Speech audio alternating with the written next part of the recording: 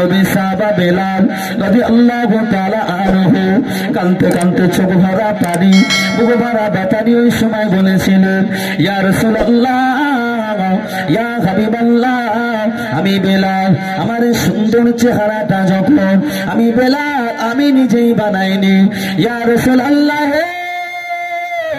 ইয়া হাবিবাল্লাহ, আমি বেলাল মদিনার শহরে যখন চলাফেরা করি, মদিনার বাজারে মদিনার রাস্তাঘাটে যখন চলাফেরা করি, আমি বেলাল মদিনার মানুষেরা, মদিনার যুবকেরা, মদিনার নওজওয়ানেরা, আমি বেলাল আমাকে দেখে তারা বড়ই ঘৃণা করে। আল্লাহ নবী সাহাবা বেলাল তিনি ছিলেন এত গরিব, এত দরিদ্র সহ।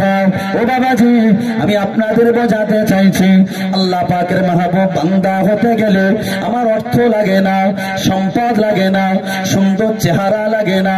আমি হাদিস পাকের ছোট্ট একটা আয়াত পেশ করেছি।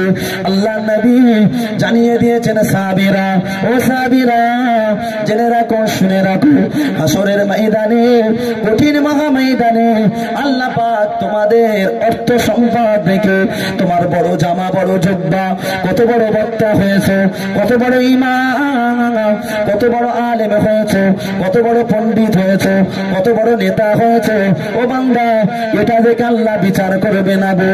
আল্লাহ পাক তোমার অন্তর এবং আমল থেকে বিচার করবে।